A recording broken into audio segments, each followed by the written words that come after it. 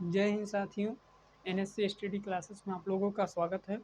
आज हम पढ़ेंगे फिजिक्स का प्रकाश का परावर्तन तथा अपवर्तन। प्रकाश का परावर्तन तथा अपवर्तन पढ़ने से पहले हम उसके कुछ छोटे छोटे बेसिक के बारे में जान लेते हैं। बेसिक में क्या होगा? प्रकाश। पहले तो आपको ये मालूम होना चाहिए प्रकाश क्या होता है, उसके बाद हम आगे बढ़ेंगे कि प्रकाश का परावर्तन क्या होता है। तो प्रकाश क्या होता है? प्रकाश ऐसा माध्यम है, प्रकाश हमारे जीवन का ऐसा माध्यम है जो किसी भी वस्तु को देखने में हमें मदद करता है। किसी भी चीज़ को, मान लीजिए हम ये बोर्ड बोल रहे हैं कि ये बोर्ड है, ये मार्कर है, ये ये कपड़ा है, इस तरह से बोल रहे हैं। तो क्यों बोल रहे हैं? देख पा रहे हैं, इसकी वजह से हम बोल रहे हैं। मान लीजिए आंख बंद किए हैं, अब हमको मालूम नहीं है ये क्या है, तो कभी दीवार बोल देंगे, कभी बोल देंगे कुछ है, अब मालूम नहीं क्या है। इस तरह से प्रकाश अगर गायब हो गया तो हम अंदाज़ा लगा के बोलेंगे, वो भी गलत भी हो सकता है। इस तरह से प्रकाश के रहने पर हम किसी भी वस्तु को देख के बोलते हैं, उसे हम क्या कहते हैं? प्रकाश। तो इसका डेफिनेशन लिखिएगा। प्रकाश, पहले प्रकाश आप लोग अपने से भी लिख सकते हैं बना के, देखिए इसमें कुछ बड़ी बात नहीं है। तो देखिए प्रकाश हमारे जीवन की वह मूलभूत मूलभूत इकाई है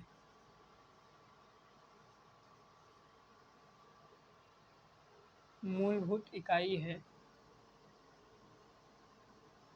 जो हमें किसी भी चीज़ को दिखाई देने में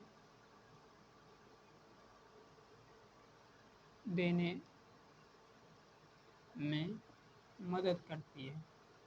मदद करता है या करती है? करता है, मदद करता है। देखिए प्रकाश हमारे जीवन में किसी भी वस्तु को देखने के लिए हमें किसी भी वस्तु को किसी भी किसी भी वस्तु को वस्तु को किसी भी वस्तु को दिखाई देने में हमें मदद करता है। जैसे आपको हमने बताया मार्कर कैसे बता पा रहे हैं, हम देख पा रहे हैं अपने आसपास की चीज़ें जो भी हम देख पा रहे हैं, किसकी वजह से? प्रकाश की वजह से। तो तो प्रकाश क्या है? जिससे हम किसी वस्तु को देखने में, हमारे जीवन की एक मौलिक इकाई है जो कि हमें किसी भी वस्तु को देखने में मदद करता है, प्रकाश कहलाता है। इसमें कोई अलग बात नहीं है, आप लोग भी अपने से बना सकते हैं। जैसे कैसे किसी भी चीज़ को, जैसे चाकू हो गया या बाल हो गया, कुछ भी जीवन में जो देख रहे हैं, लकड़ी हो गया, सब कुछ देख रहे हैं ना, ईटीसी। मतलब ये सब कैसे देख के बता पा रहे हैं हम? प्रकाश की मदद से। तो ये हमारा प्रकाश हो गया। अब आते हैं मेन मुद्दा जो हमारा है आज का, प्रकाश का परावर्तन। प्रकाश का परावर्तन।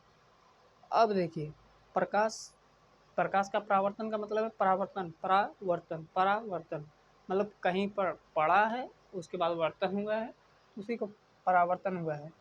अब उसके लिए मान लीजिए कोई आपने मिरर लिया, मतलब शीशा लिया, शीशा गौवा में देखते हैं ना, शीशा सामने से दर्पण, उसको हमने एकदम पट करके रख दिया, जिससे आप लोग चेहरा देखते हैं, उसी को हमने पट करके रख दिया, एकदम पट करके रख दिया, पट करके रख दिया।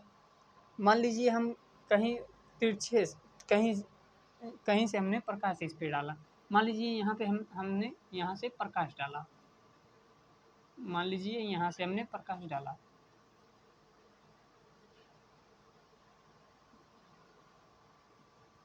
आई, उसके बाद ये रिटर्न हो गई। देखिए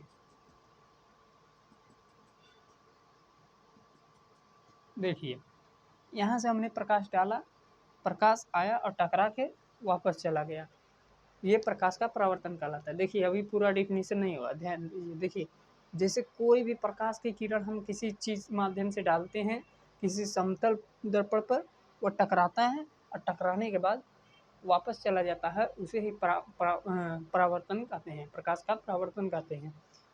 देखिए प्रकाश का परावर्तन के लिए कुछ तो होना चाहिए जिस पे वो टकराए और वापस जाए। जैसे मान लीजिए हम जा रहे हैं इस ऐसे सीधे, मान लीजिए बोर्ड रोड नहीं रहता तो हम सीधे चले जाते, क्या कुछ होता? कुछ नहीं होता। अभी हम जा रहे हैं, ऐसे टकरा गए, टकराने के बाद वापस हो गए, तो वापस आ गए। इसी प्रकार से प्रकाश जब किसी माध्यम पे पड़ता है, जैसे दर्पण पे पड़ता है, तो टकराने के बाद वापस मुड़ जाता है, उसी को हम कहते हैं प्रकाश का परावर्तन। प्रकाश का परावर्तन, जैसे मान लीजिए, देखिए ये है हाथ हमारा, ये अभी इसको हम फेंकेंगे तो इसको टकराएगा, और अगर यही हाथ नहीं होता तो वो आगे चला जाता, तो कुछ मालूम ही नहीं होता। लेकिन ये टकराएगा और उसके बाद ये वापस आएगा, गिरेगा तो वापस थोड़ा सा ज़रूर आएगा।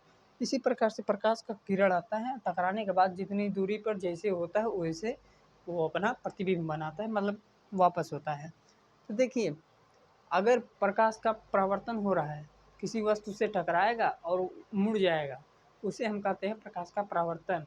लेकिन बगलिया से निकल जाए, बगलिया के जैसे देखते हैं ना आप लोग, रोड रोड पे जाते हैं तो जाम लगा रहता है तो आप लोग गली से निकल जाते हैं।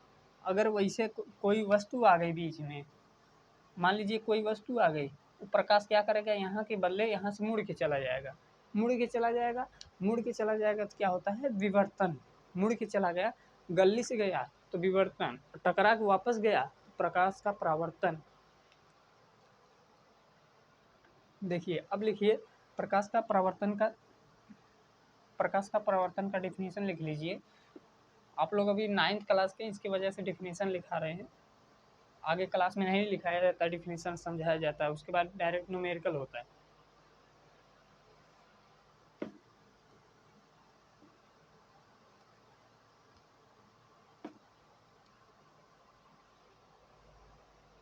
देखिए यहाँ पे डालिए प्रकाश का परावर्तन।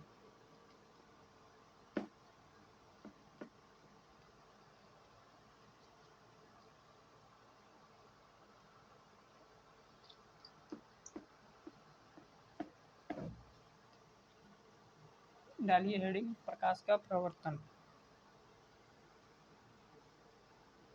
प्रकाश का परावर्तन। प्रकाश का परावर्तन। प्रकाश का परावर्तन में देखिए, प्रकाश का परावर्तन क्या होता है, हमने बताया कि जब किसी माध्यम से प्रकाश प्रकाश की किरणें किरणें चलती है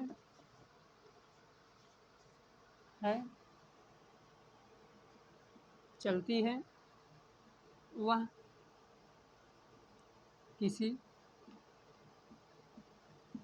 परावर्तक परावर्तक पृष्ठ से टकराती है टकराती है टकराती है और टकराने के बाद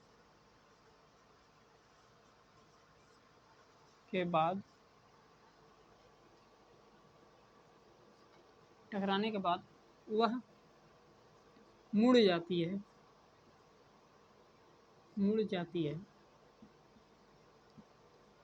है उसे उसे क्या कहते हैं, प्रकाश का परावर्तन कहते हैं। प्रकाश का परावर्तन कहते हैं। देखिए डिफिनीशन लिखिए,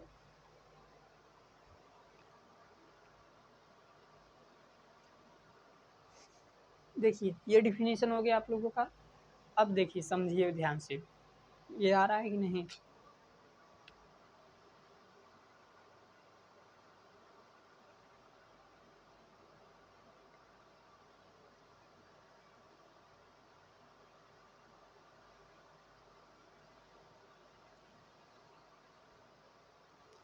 देखिए डिफिनीशन हो गया।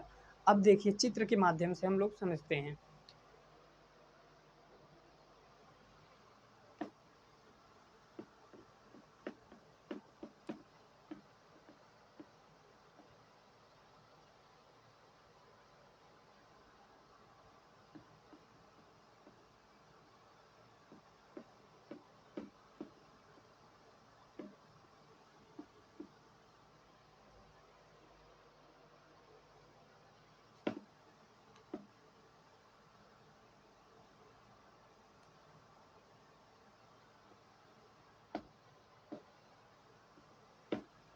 आइए चित्र के माध्यम से अब हम लोग देखते हैं।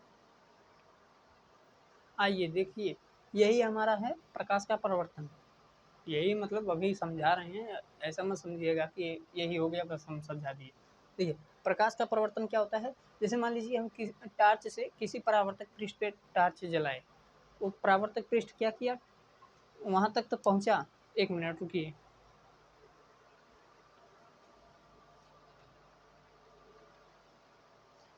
मान लीजिए ये हमारा शीशा है, ठीक, शीशा है, इस पे कोई प्रकाश का किरण आया, प्रकाश का किरण आया, देखिए इस बोर्ड पे चमक रहा है कि नहीं, हल्का हल्का चमक रहा है। यहाँ पे देखिए, यहाँ पे देखिए, देखिए आगे पीछे हो रहा है। रुकिए,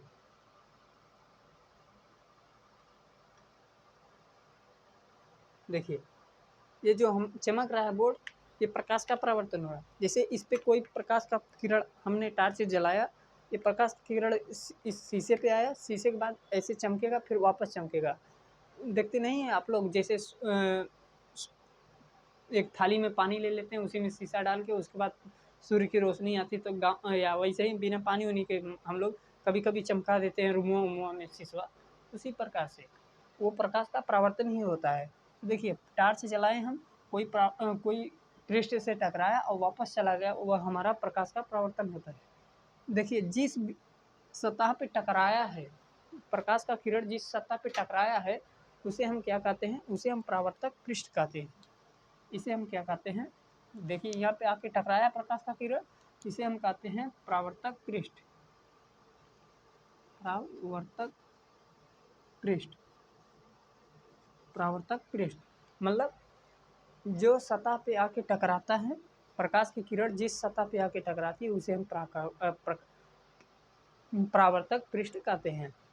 अब देखिए, अब किरण जब आएगी तो उसका भी कुछ तो नाम होगा, और टकराएगी तब भी उसका कोई नाम तो होगा।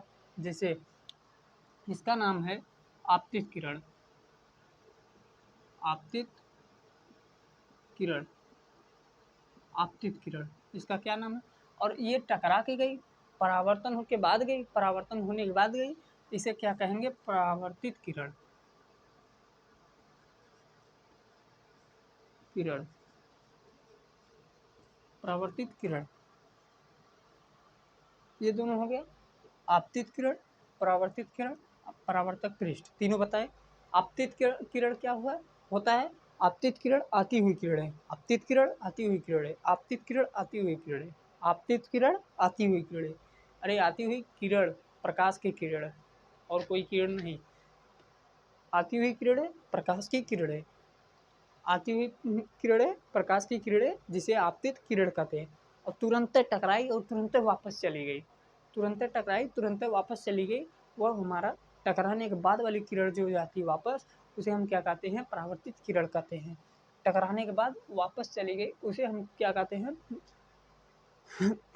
परावर्तित किरण कहते हैं। हो गया। आपतित किरण क्या होता है, टार्च से जब परावर्तक पृष्ठ से पढ़ने से पहले जो रोशनी होती है उसे हम आपतित किरण कहते हैं। परावर्तक पृष्ठ के बाद जब टकरा के वापस जाती है उसे हम क्या कहते हैं, परावर्तित किरण कहते हैं। परावर्तक पृष्ठ क्या होता है, जिस पृष्ठ पर वो प्रकाश की किरण टकराती है और वापस जाती है उसे हम परावर्तक पृष्ठ कहते हैं। ठीक, अब देखिए प्रकाश के इसमें देखिए इसे नियम बता दिया है।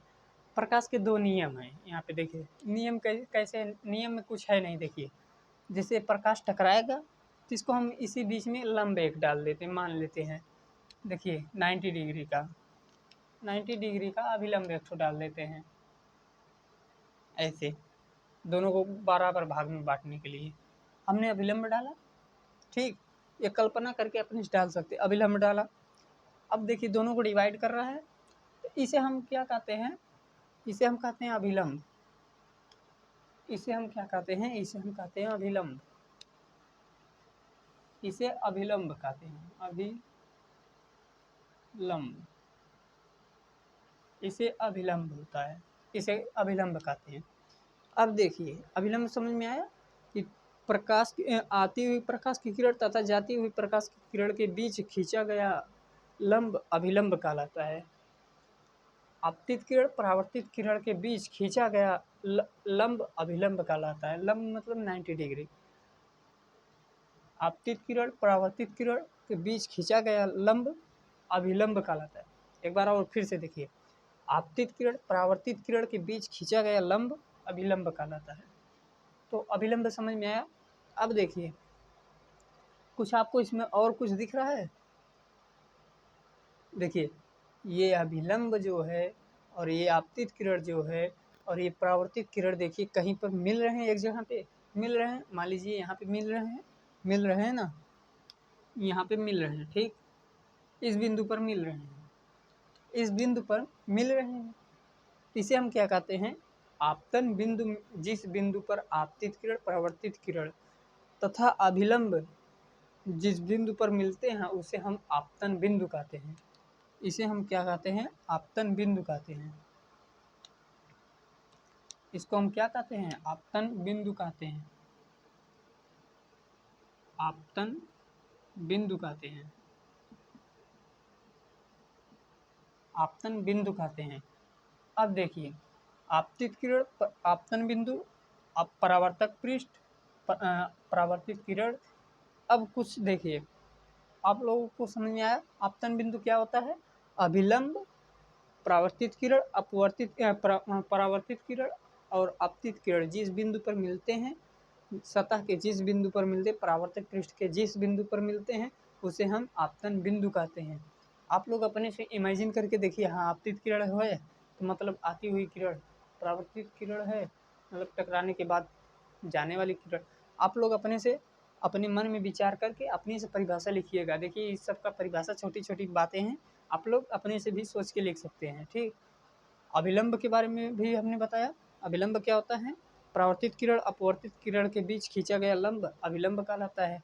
ये सब जिस बिंदु पर मिलते हैं उसे आपतन बिंदु कहते हैं। अब देखिए अब इसके बीच कोई कोण बन रहा है, देखिए ऐसे ही नहीं बना है। एक मिनट, देखिए ये चित्र ऐसे ही नहीं बना है। देखिए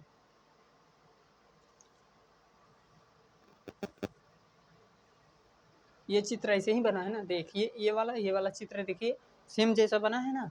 अब देखिए ये एक त्रिभुज की तरह बना रहा है कि नहीं, देखिए त्रिभुज की तरह बना रहा है कि नहीं। देखिए देखिए ऐसे देखिए, ऐसे देखिए त्रिभुज की तरह बना रहा है तो यहाँ पे कोई ना कोई कोण होगा।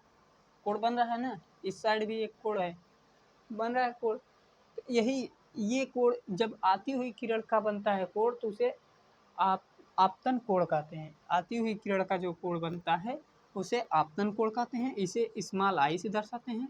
और जब टकराने के बाद जाती हुई किरण का कोण जो बनता है उसे परावर्तन कोण कहते हैं, जिसे कहते हैं आर से, स्मॉल आर से डिनोट करते हैं, मतलब दर्शाते हैं। तो यहाँ पे कौन सा कोण बन रहा है, यहाँ पे आपतन कोण स्मॉल आई, और यहाँ पे टकराने के बाद कौन सा कोण बन रहा है, स्मॉल आर, परावर्तन कोण। तो स्मॉल आर का मतलब समझ लीजिए, स्मॉल आई इक्वल टू आपतन कोण। क्या होता है, आपतन कोण, आपतन कोण, आपतन कोण। और स्मॉल आई बराबर क्या होता है, स्मॉल आर बराबर परावर्तन कोण, परावर्तन कोण। परावर्तन कोण,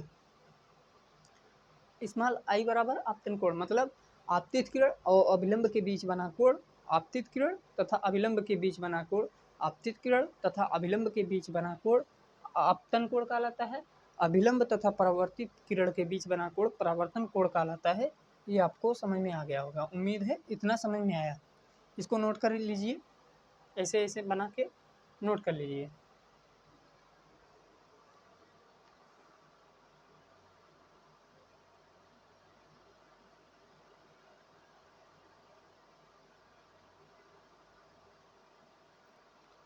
अब आइए इसका नियम समझते हैं। इसका नियम क्या होता है?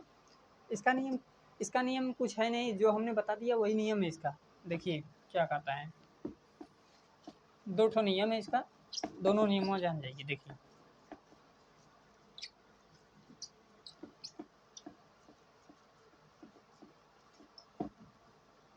पहला नियम क्या है इसका? पहला नियम, नियम फर्स्ट, पहला नियम क्या है इसका? देखिए पहला नियम कहता है, हमने क्या क्या बताया? हमने बताया आपतित किरण, परावर्तित किरण तथा अभिलंब, ये सब तीनों एक ही बिंदु, आपतन बिंदु एक ही सतह पर होते हैं। ये हमने बताया। क्या क्या? आपतित किरण, आपतित आपतित किरण, आपतित किरण, परावर्तित किरण, परावर्तित किरण, सॉरी परावर्तित किरण और अभिलंब लंब अभिलंब और आपतन बिंदु बिंदु एक ही सतह पर होते हैं, एक ही सतह पर होते हैं, सतह पर होते हैं, एक ही सतह पर होते हैं। एक मिनट देखें, ठीक ठीक ठीक। देखिए पहला नियम क्या कहता है? आपतित किरण, आपतित किरण, परावर्तित किरण, परावर्तित किरण, अभिलंब अभिलंब अभिलंब और आपतन बिंदु, आपतन बिंदु, ये जो हमने बनाया है ये सब क्या होते हैं? एक ही सतह पर होते हैं, मतलब एक ही परावर्तक पृष्ठ पे होते हैं। मतलब जहाँ से टकराएंगे सब कुछ एक ही बिंदु पर रहेगा, वहीं पे स्थित रहेगा। देखिए आपतन बिंदु है, आपतित किरण भी यहीं आ रही है, यहीं पे परावर्तित किरण भी टकरा के वापस जा रही है, सब एक ही जगह पे। मतलब होते ना कि जब कोई दिक्कत होता है, मान लीजिए घर में 4-5 लोग रह रहे हैं, जब सभी लोग एक जगह हो जाते हैं तो क्या होता है? वह आपतन बिंदु का काम करते हैं। जैसे मान लीजिए किसी पड़ोसी से झगड़ा हुआ है, अब एक घर में 4-5 लोग हैं, वो सभी लोग एकजुट हो गए, वो कैसा हुआ? वह कैसा काम कर दिए? एक परावर्तन बिंदु का, आपतन बिंदु का काम कर दिए, सभी को एक ही जगह पे मिला लिए, एक ही जगह पे मिला लिए। तो ये हमारा होता है आपतन बिंदु। आपतन बिंदु, आपतन बिंदु क्या होता है? जहाँ पे परावर्तित किरण, अपवर्तित किरण, परावर्तित किरण, आपतित किरण और अभिलंब जिस बिंदु पर मिलते हैं उसे आपतन बिंदु कहते हैं। ठीक। अब देखिए, अब दूसरा नियम हमारा क्या है परावर्तन के नियम? दूसरा आता है आपतन कोण, आपतन कोण कोण बराबर, आपतन कोण मतलब स्मॉल आई बराबर परावर्तन कोण, परावर्तन कोण, परावर्तन कोण होता है जिसे कहते हैं स्मॉल आर। ये हमारा दूसरा नियम है। कुछ है इसमें? कुछ नहीं है। देखिए मतलब जितना ये कोण बनाएगा, मान लीजिए ये 90 अंश का बनाया तो ये भी 90 अंश का ही बनेगा। ठीक। क्या बोला?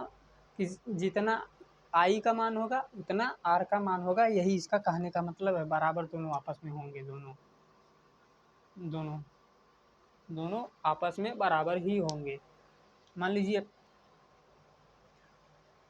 आप 80 केजी के हैं और कोई दूसरा लड़का 80 केजी का है, जितना बल आप में है उतना बल उसमें है। अब दोनों लोग मारेंगे आपस में, दोनों लोग आपस में मारेंगे तो दोनों को उतना ही चोट लगेगा। उसी तरह से स्मॉल आई का जितना मान होगा उतना स्मॉल आर का मान होगा। मतलब मान लीजिए, जैसे मान लीजिए आई का मान हमने दे दिया 90 डिग्री, 90 अंश, ठीक।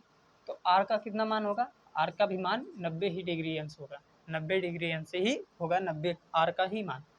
देखिए ये हम नापने का तरीका बता रहे हैं कि बराबर दोनों आपस में होंगे, ये कोई मात्रक, ये कोई मान नहीं है, ठीक। जैसे मान लीजिए हम आई का मान 45 कर दिए, 45 अंश, तो आर का मान कितना हो जाएगा? 45 अंश। तो मतलब जितना आई रहेगा उतना आर रहेगा, मतलब जितना आपतन कोण रहेगा उतना ही परावर्तन कोण रहेगा।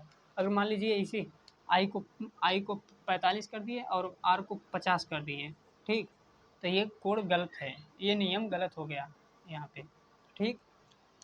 मतलब आपतन कोण जितना होगा उतना ही परावर्तन कोण होगा, कहने का मतलब ये है, ठीक। अब देखिए आगे देखते हैं। अब हमें जो मूल रूप से पढ़ना है, इसका प्रतिबिंब कैसा बनता है? प्रतिबिंब कैसा बनता है? सीधा बनेगा। देखिए सीधा बन रहा है, तो मतलब प्रतिबिंब क्या होता है? टकराने के बाद जो चित्र बनता है जिस तरह से, उसे हम प्रतिबिंब कहते हैं। तो सिंपल सा बात है, ये क्या होता है, ऐसे सीधा बन जाएगा, ये टार्च इधर आ जाएगा, ये टार्च इधर आ जाएगा, तो इसका परावर्तन हो जाएगा, ठीक। इसका क्या होता है? प्रतिबिंब बन जाएगा। प्रतिबिंब इसका कैसा बनता है, इसे इस क्लास में हमें इसके बारे में नहीं पढ़ना है, समतल दर्पण के बारे में हमें पढ़ना है, गोली दर्पण के बारे में। तो इसको ऐसे समझ लीजिए कि ये टार्च क्या है, इधर आ जाएगा, तो इधर आ जाएगा तो हम यहाँ पे इसका प्रतिबिंब बनेगा, तो कैसा बनेगा? सीधा बनेगा, आभासी बनेगा और वस्तु से के बराबर होगा, और जितनी दूरी पर वस्तु होगी उतनी दूरी पर इसका प्रतिबिंब बनेगा, ठीक। तो ये हमारा समतल दर्पण वाला सामान्य जो प्रकाश का प्रवर्तन था सामान्य रूप से, वो खत्म हुआ। अब हमें जो पढ़ना टॉपिक हमारा जो है वो है गोलीय दर्पण। गोलीय दर्पण, अब देखिए इसको मिटा देते हैं। आइए अब हमारा मेन जो इम्पोर्टेंट टॉपिक है जो हमें पढ़ना है, वह अब हमारा असला चैप्टर चालू हुआ है। तो देखिए आप लोग 9th क्लास में हैं, बता दे रहे हैं, या आप किसी तैयारी कर रहे हैं, बता दे रहे हैं, आपके पास बहुत समय कम है, अब मन से जीव जान दे के आप लोग जुट जाइए, ठीक। तो क्लास 9th का है, 9th में है, अभी 8th पास करके आए हैं, आप लोग खूब घूमे होंगे, अब 9th से आप जीव जान लगा के अब ध्यान दीजिए, नहीं तो आगे चल के बहुत टफ टफ सवाल आएगा तो कुछ नहीं समझ में आएगा, हम पहले ही बता दे रहे हैं। और देखिए ये जो गोली दर्पण है, आगे जाएंगे तो लेंस में बदल जाएगा, तो लेंस में और नहीं समझ में आने वाला है जब दर्पण ही आपको नहीं पता है। तो आप लोग अभी जीव जान से, जैसे आप लोग का अभी नींव भर रहा है, नींव भरने के बाद दीवार खड़ी होगी, दीवार के बाद पिलर होगा, 12th तक आप लोगों का पिलर होगा, और उसके बाद जब ग्रेजुएशन करेंगे ना, वो प्लास्टर होगा। ग्रेजुएशन क्या होता है? प्लास्टर होता है। और जो पिलर होता है, जो छत होती है, वो 12th में होती है। और 9th में क्या होता है? 9th 10th 11 में वो आपका नींव भरेगा, दीवार खड़ी करेगा, ठीक। तो आप लोग देखिए ध्यान से, गोली दर्पण क्या होता है? गोली दर्पण मतलब गोली, ये कुछ आपको मालूम दे रहा, गोली ये मतलब गोल टाइप का होगा, या परावर्तक पृष्ठ कैसा होगा? गोल तरह का होगा, जो दर्पण होगा गोल टाइप में। मान लीजिए हमने कोई कांच का टुकड़ा लिया जो गोल है एकदम, ठीक, एकदम गोल है, ठीक। अरे यार अंडाकार बन रहा है।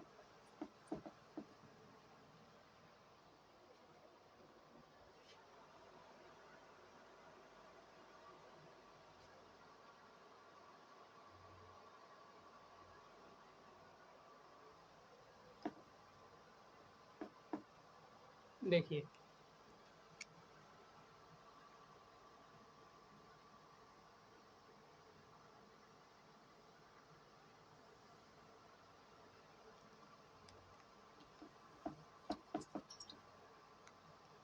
रुकिए, ब्लैक वाला ले लेते हैं, ब्लैक वाला लेंगे। देखिए मान लीजिए कोई गोलाकार कोई कांच ले लेते हैं, ठीक।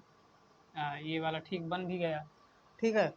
अब इसको हम क्या करेंगे, अब इसके एक सतह को मान लीजिए, अब इसको दो भाग में काट देते हैं, इसको पेंट उंट भी नहीं किए हैं, इसको दो भाग में काट देते हैं, दो भाग में काट देते हैं मतलब मान लीजिए यहाँ बीच से मिटा देते हैं, यहाँ बीच से मिटा देते हैं। ठीक, हमने मिटा दिया। अब देखिए, अब इस चीज़ को हम यहाँ पे बनाते हैं, इस चीज़ को, इस वाले भाग को पहले यहाँ पे बनाते हैं। देखिए कैसे,